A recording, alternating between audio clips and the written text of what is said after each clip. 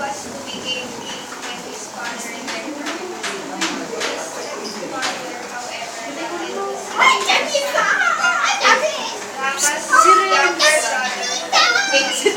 Remembering that the king had once promised to grant Rama who wishes she desired. She demanded that Rama be banished and Bharata be drowned. The king had to give his word to his wife and ordered Rama's banishment. Rama accepted the decree but questioned it. I gladly obey father's command. He said to his stepmother, "Why I would go even if you ordered me." When Sita, Rama's wife, heard Rama was to be banished, she begged to accompany him to his forest retreat, a shadow to saboteurs. So wife to husband, she reminded Rama, it's not the wife's dharma to be at her husband's side. Let me walk ahead of you so that I may smoke the fire for your feet. She pleaded. Rama agreed and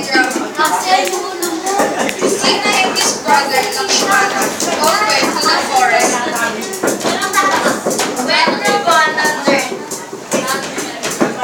When Bharata learned what his mother had done, he found Rama in the forest. The eldest music group. We remained Rama. Please come back to doing her rightful place as king. Rama refused again. His father commanded. So Bharata took brother's sandals and said, I shall place these sandals on the dwell as symbol of your authority. I shall rule only as regent in heart and your face, and each day I shall do my offering at my feet unto my Lord. When 14 years old, banishment are over, I shall joyfully return the kingdom to you. Rama was very impressed with Bharata's selflessness. As Bharata left, Rama said, I should have known that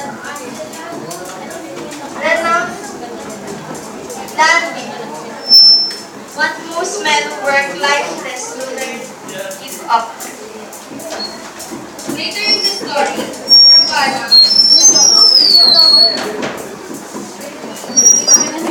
Ravana, the evil king of Lanka, what is probably present-day Sri Lanka, abducted Sita. Rama mastered the aid of Si Angela po bumaba sa madama. army, built a causeway across to Lanka, released Sita and brought her safety back to Ayodhya in order to set a good example. However, Rama demanded that Sita prove her purity before he could take her back as his wife. Sita and Bharata are all examples of person following their drama. This lesson focuses on main character, Dasarata, king of Ayodhya. Rama, Dasarata's firstborn son.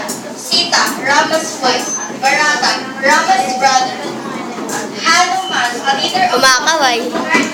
Tireful alike